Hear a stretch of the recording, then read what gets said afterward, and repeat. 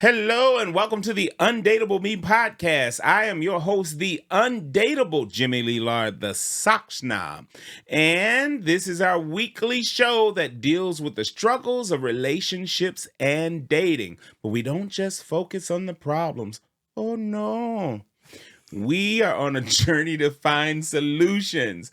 And this week it must be serious because Holly has her breasts covered. Covered. She is in the bosom of the Lord. I don't know. Anyway, but we do this in a very entertaining way, and we are also going to be a little vulnerable in this episode in particular because Holly and I are talking about the emotional baggage you bring into new relationships. All right, so do you have junk in your trunk? Let's go.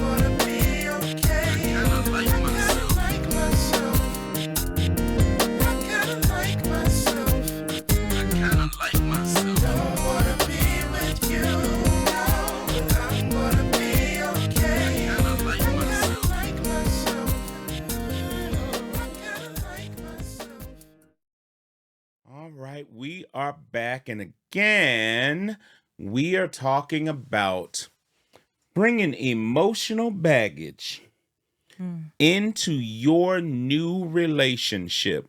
You know, as we are on this road to get to that perfect relationship or, a good relationship, a successful relationship, we kind of have to talk about what it is that we are bringing into it as well. And there's some stuff that we inadvertently, unintentionally bring with us. Yeah. We haven't done some of the work that we've been talking about in this podcast series where we work on ourselves and get ourselves together first. And if we don't do that, we will sometimes find that we're bringing in things that shouldn't be there. And this new person is taking the brunt of that thing that has nothing to do with them, right? So what are we talking about? How does that manifest in a relationship, right? So you end up bringing in with you trust issues, intimacy issues, paranoia.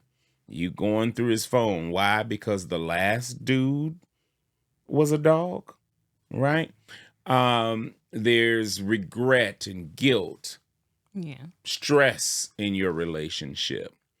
Bringing, a lot of these things stem from different things, past relationships, childhood trauma, things that you observed your parents do, things that happened to you, and so on, right? And we're bringing that into this relationship. And Holly, let me tell you, sometimes when we do this, we want to build up to the tough thing that has to be said, but we're coming out the gate swinging.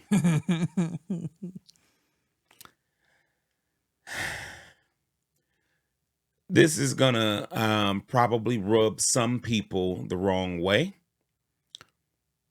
but it has to be said. Let's hear it. As an adult, Okay. a human that is of age, you are responsible for your own shit. And a lot of people don't like to hear that. As an adult, you are responsible for your own shit. no matter where the shit came from. That's true. You can woe is me all you want. And this is not attacking anybody who's been through stuff. I've been through stuff, right? Holly's been through stuff. Everybody done been through some shit. Very true. Right? The problem is that we will take that and apply it to somebody or have somebody else suffer through our shit. But you have to take care of your stuff. When you have triggers, that's your responsibility. Even if somebody triggers you for it or give you a reason for it? If it's something you brought into it, yes. It doesn't matter that it's a good reason. Take care of it. Right. Because afterwards, it's up to you. Right. Okay. You can't expect everybody else for the rest of your life to walk on eggshells around you. Right. Because you are still whatever from something that happened in the last relationship or when you were 12 years old. That's your stuff. When you go to the bathroom,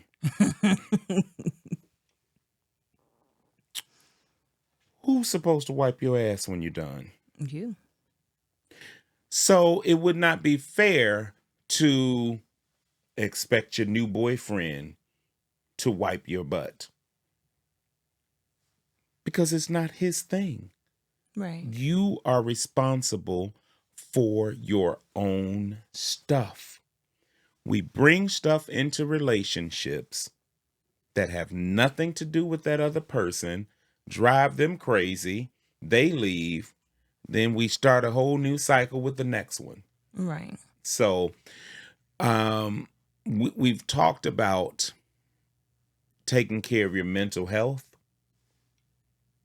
If that's what you need to do, then do that. Right. Like I said, when I say no matter where the shit comes from, that's because some of it is serious stuff, right? Maybe you were molested as a child. Maybe you were beaten and abused. Maybe you were cursed out and told you weren't anything or whatever, right? It's legitimate stuff. Yeah. But why are you applying, why is that then being thrust upon somebody else? If you have had things happen to you, then take the step. And who knows, maybe you don't know to do that. That's why I'm telling you right now that you need to do that. Right? If you were molested when you were, 9 or 10 years old, now you have intimacy issues. Don't be touching, whatever. You might want to take care of that before you enter into a relationship then. Do you think that when you meet somebody that you think you're going to spend the rest of your life with, or you meet that, let me not even say that when you meet a partner or somebody and you kind of have those deep conversations with them about certain things that happen or certain things that rub you the wrong way, you kind of give the person like a playbook, like this, and this, and they kind of do it anyway. Well, here's the thing. You see that a lot in relationships and sometimes about big things, sometimes about small things, right? I told him or I told her that bothers me, but they did it again. It's still your trigger. It's at the top and forefront of your head because it's a trigger of yours. Right. The fact that person forgot and did it again or whatever. And like I said, it could be small things. It could be big things. I have counseled people through situations where it's the smallest thing in the world, literally how somebody uses the bathroom, was a big thing for that person. Another person has been using the bathroom in the same way all their life, their entire lives. Now you expect that, you tell them you don't want them to do A, B, and C, and they stop it. But then at some point they forget and go back to what they've been doing all their lives. And now you're upset and, ready to get, walk out of this relationship, get a divorce and all of that. It's your trigger. You are responsible for your trigger. If you're not going to fix it, then it is your responsibility to isolate yourself so that you're not impacted by that trigger. The two of you need a house with 2 bathrooms. Right. And then you go in yours and he goes in his. So, by the way, that is not the actual example, but I'm just saying, yeah. So you set up something so that won't bother you? You either, if you cannot get it fixed where it does not bother you anymore, because a lot of times those things are such minuscule things, right? Yeah. If you cannot do that, then you put safeguards in place so that you're not impacted by somebody doing that. Okay. Either, like I said, make sure you use separate bathrooms, or nothing. I'll be nice. Yeah. No, you put some guardrails around your life so that the thing that bothers you is not in your face. Okay. Because you can't be mad because you told them, but I told him, he know. And then you get to being paranoid and you're thinking they're doing it on purpose and all. He just was doing what he's been doing for 43 years. That's all. Right. So. But how do we, what do I want to say? So how do we stop making that our responsibility? Well, putting that off on others, and, taking care of it ourselves. Because then if that's the case, then we're going to be, walking out of this relationship or walking out of that relationship. I agree. That same problem is going to follow you into the next relationship, right? Yeah. So everything or has maybe a how big root it is. cause. Right. We get so dazzled by the trees and the flowers, you forget that shit is connected down a stem and there are roots down there. That's where it started, right? You need to get to the root of that problem. Now, we talk about therapy all the time, right? And maybe that's a place that can be an outlet where somebody can help guide you in an objective way through a situation, right? And help you see what an issue is and how to deal with it, right? But we still won't do it. Right. It ain't money. Because let me tell you, if you work, you more than likely have insurance, and insurance will more than likely cover it. And if you don't work, you're probably on some form of welfare or public assistance, and that shit comes with insurance too. And do. Right? So it's no excuse. Get out of my head. So eventually we get to the point where you just have to say, bitch, you could have taken care of that. Yeah. Right? Some people like to waddle in their mess as well. Because one thing about it, Jennifer Lewis said a quote, had a quote in one of her books. Do I have her book up there? I can't. No, I don't. And she said something to the effect of, if you sit in shit long enough, it loses its stench. You get used to the smell. You ever been in the bathroom doing a number 2, a good old dookie? And you smelled it when it came out. You, ooh. Mm-hmm. But then eventually it just starts to mellow out, right? Yeah. It didn't mellow out. Your nose just got used to it. Right. Still there, right? So we, like I said, we will sometimes sit in our own pain, sit in our own misery or whatever. Sometimes we want people to feel sorry for us because for some folks, that's their lifeline to other folks. If I cry loud enough, they'll come and, give me some attention or whatever. So, Right. but at some point, you have to remember that you are responsible for that. You need to fix it. Yeah. Right. It's not while your partner is there can be there to support you through stuff. It's your responsibility to fix your stuff. Yeah. Because I know people at the age of in their 40s and still You better not be blaming. talking about me, whatever you finna say. No. Okay. No. But You think just because your little husband here, I ain't gonna say nothing to you? Bullshit. Well, sis, we're talking about it. It's my baby daddy. My baby daddy going on 40. Ain't got no job. Wait, no, be serious. No. Yes, I'm serious. I'm serious. You ain't got no job, Tommy. You don't want to do nothing with your life.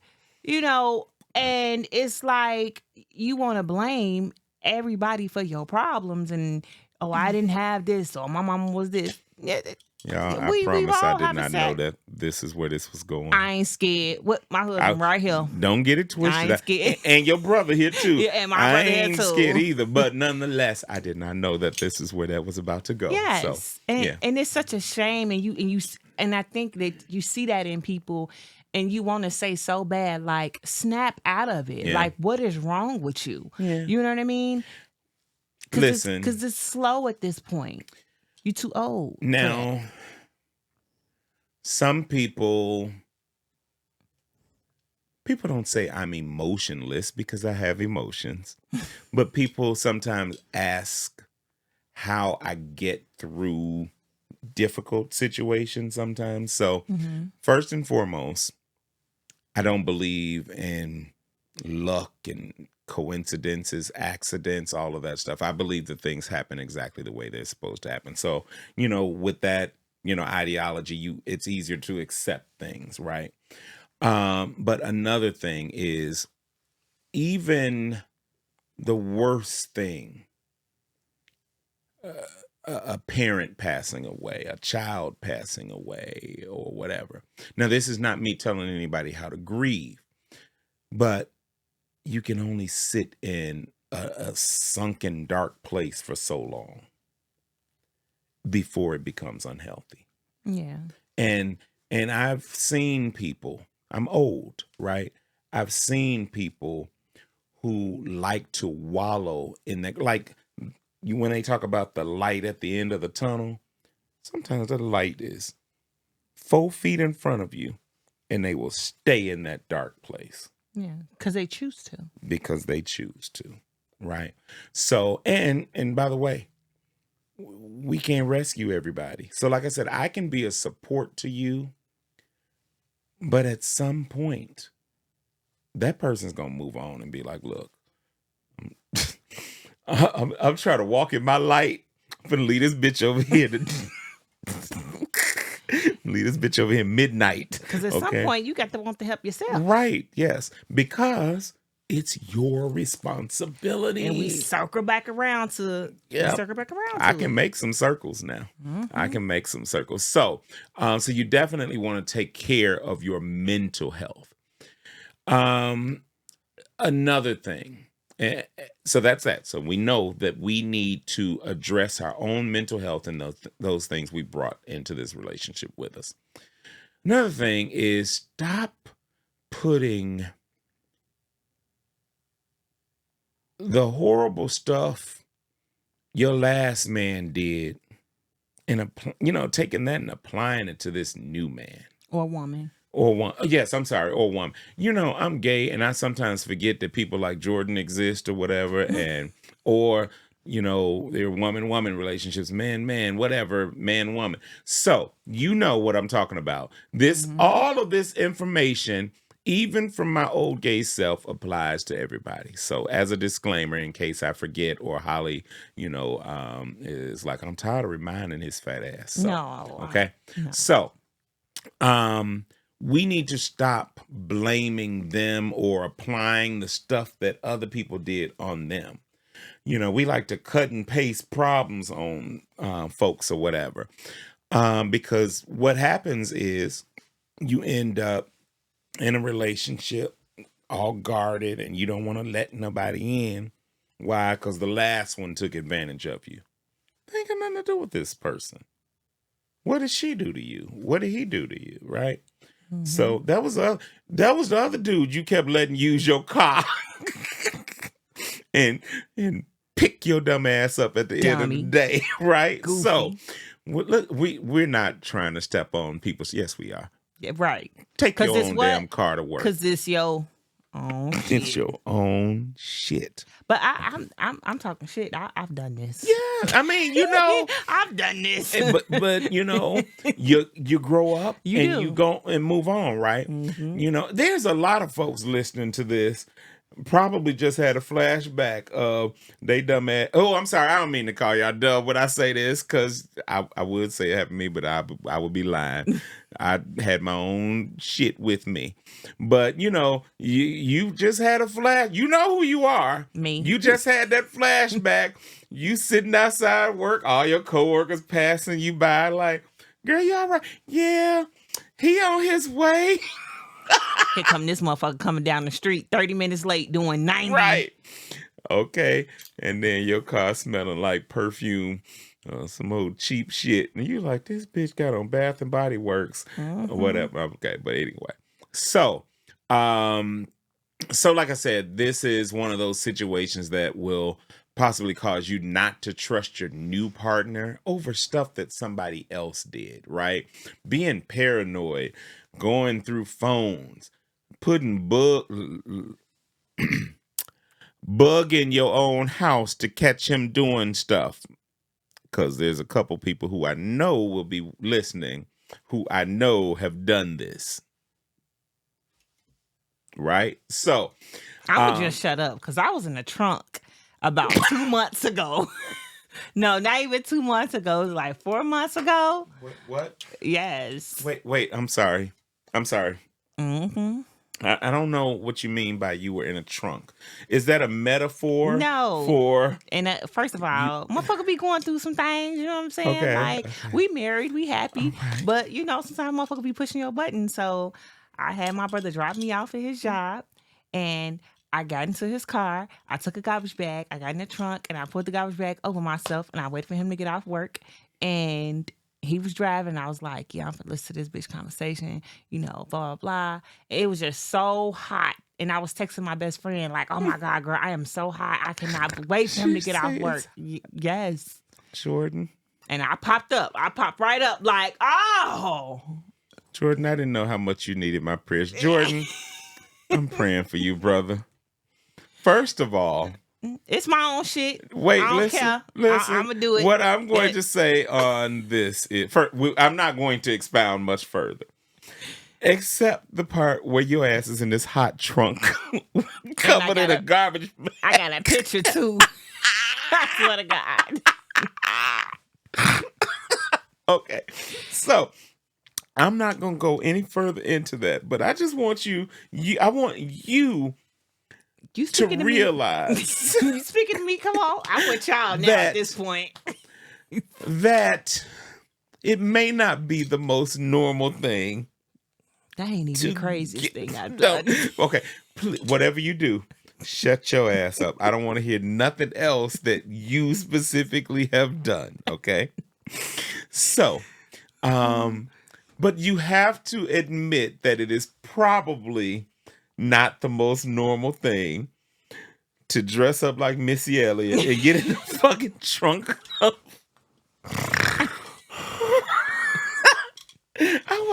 I wasn't expecting none of this shit right there. So, all right. Whew, I'm crying. Yes. So, all right. So, in other words, if that was a result of things that, you observed in previous relationships or whatever, then don't do it. Now, there's some stuff that you do for calls. We're going to let that go.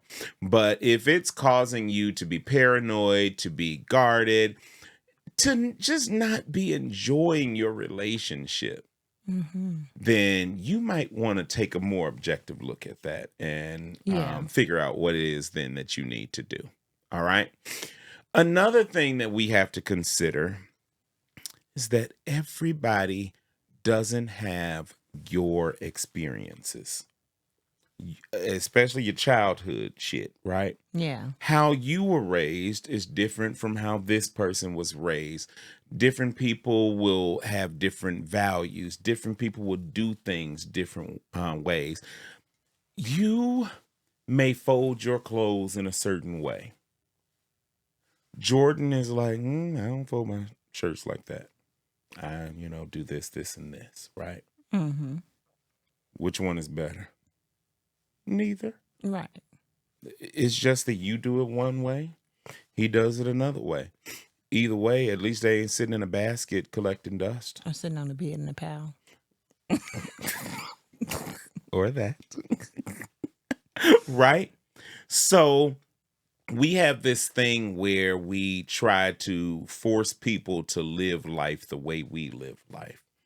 See life the way we see things. I can think of a couple friends right away that I'm always trying to stress upon them. That's what you would do. That doesn't mean that she or he does that thing that way. Right. And the first thing they always say is, stuff like, well, I would think, if it was me, stop right there. That's not you. Oh, you so wise. Thank you. I'm going to start calling you my problems. I'm old as hell. That's what it is. You know what it took to get to be 47 years old? What? 46 years, bitch. What did you think? Hell. So anyway. I thought you said come full circle again. I was waiting on it. Although, let me tell you, I ain't got no problem taking responsibility for my own shit. All right. So as I'm choking to death over here now. But again, I think that sometimes we, like I said, try and look at life through our eyes. And then even worse than that, this is the real kicker, trying to force your partner to look at life through your last partner's eyes. And this is, this was the way that because there were some things, even with exes, there's some things that you liked about them. And, they did this a certain way, whatever, right? This ain't that. Right. Go back to that one that was hitting you upside your head if you wanted that other thing. Right. Right.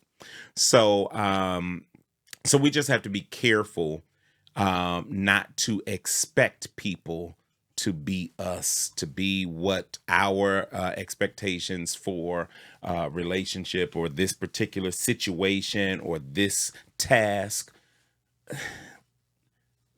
As long as you get to the end point, it doesn't matter how you got there. Right. I don't care if you took a boat or if you took a plane, as long as you got there in the end, right? Same result.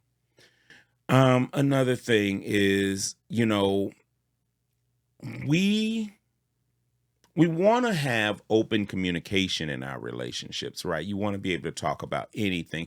For me, that is probably like the bedrock of a relationship, in my opinion, when you can share anything with your partner and not feel judged, or even if they do judge, it's maybe something sly or whatever, I'm talking about where you can just tell them some disgusting shit that like, babe, you would not believe I just went in that bathroom in Target and blew it up, whatever, that's... and then more intimate things, more serious things than that, right? Yeah. So in my opinion, that is the bedrock of any relationship. However, that's there are some men who don't even want to know that they women shit, and vice versa. That's so weird to me. It is very weird because it is a natural human bodily function. If you're a mammal, bitch, you won't shit. Yeah. I don't know what show. And then when you do shit, who's responsible for it? You are. So, right. So, But what I want to get at here though is we want to have open communication. But I want you to remember that she or he is not your therapist. Oh, that's deep. As much as you want to be able to share anything, sometimes you have to pull back a little bit. At first, I've told you before, everybody can't handle all your stuff. Right. Right. But this person is not your therapist. True. Take that shit to Oprah. Because that's not his job. His job is to love you. His job is to protect you. Her job is to this. Her job is to that. But it doesn't mean that that it is their job or that they are qualified to be your therapist. Yeah. Hell. Excuse me. I'm choking to death here, y'all. Hell. For one thing, you making bad decisions. His ass making bad decisions. Shit. Y'all be in jail fucking with each other, right? So everybody is not qualified to give you advice and guide you or whatever. So I'm literally, there's tears coming down my face. So this takes us back to the beginning. If there's something where your mental health is concerned, seek a professional.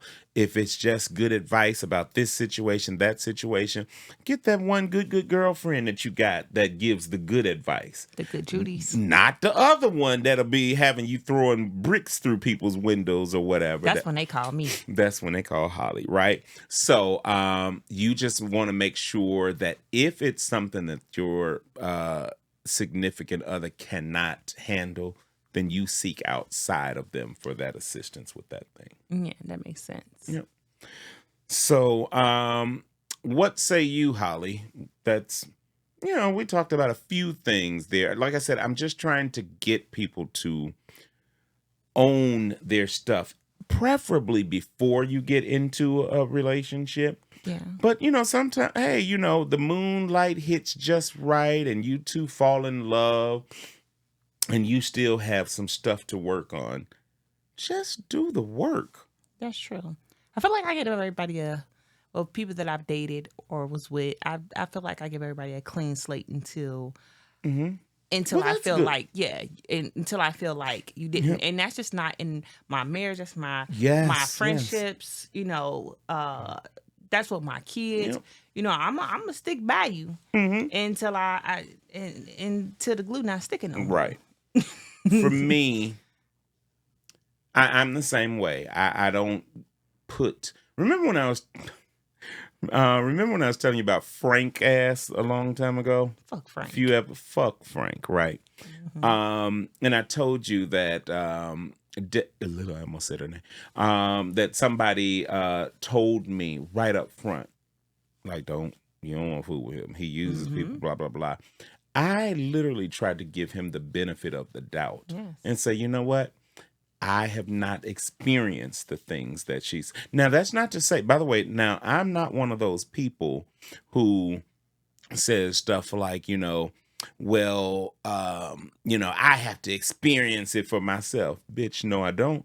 If I'm sitting here looking at your dumb ass drive off the side of a cliff, what do I look like doing the same thing, right? I don't need to experience driving off a cliff to know that it's not good for my physical health, right? So I'm not one of those people. But again, I was trying to give him the benefit of the doubt because maybe what situations she experienced with him or that she had observed of him, maybe that was something specific to that. Now, she was right. She was right as hell. Fuck Frank. But, it's just one of those things. So what else? Anything you want to say about bringing emotional baggage into your new relationship? Yeah. It's okay to cry. It is. That's always, yes. Yeah. I think that men don't cry enough. And then when they do, people are like really like downing them or, but I want to see all those versions of you. Yeah. You know what I mean? Because you definitely going to see all those versions of me. Mm-hmm. Yeah. But no, I think that crying can be a form of release, obviously. Release, yeah. Unfortunately, a lot of our men have been groomed in a society that says things like, crying is weakness, or not that they've probably ever been specifically told that, although sometimes, boy, stop crying like a little girl or whatever, you know what I mean? Those types of things, right? But I'm pointing towards the street, man, as I say this, because I wish a bitch would tell me I can't cry.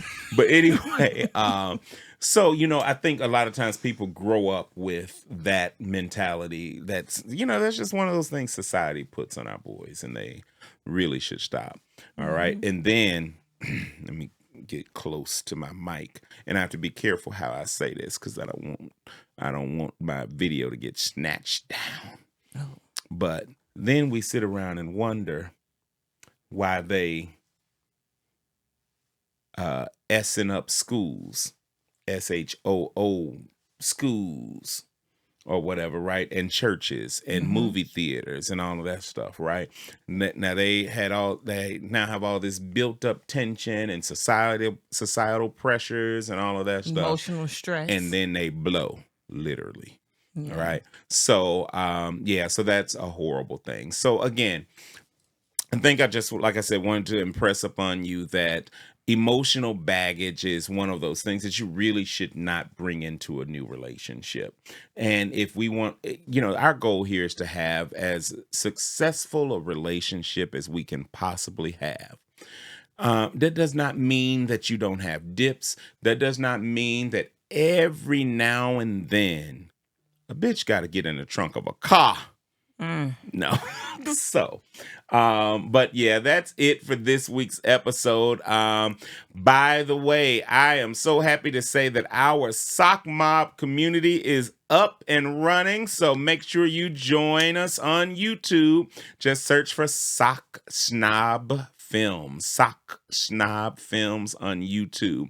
We are having a lot of fun over there. All right. Thank you so much for watching, and we are going to keep, and we're going to see you next week. So thank you again, Holly, for joining us. Thank you. All right. Take it easy, everybody. Let's go.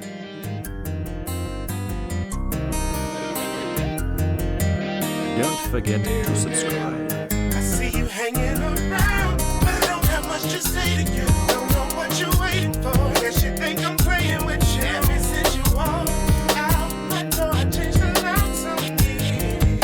There ain't nobody getting me.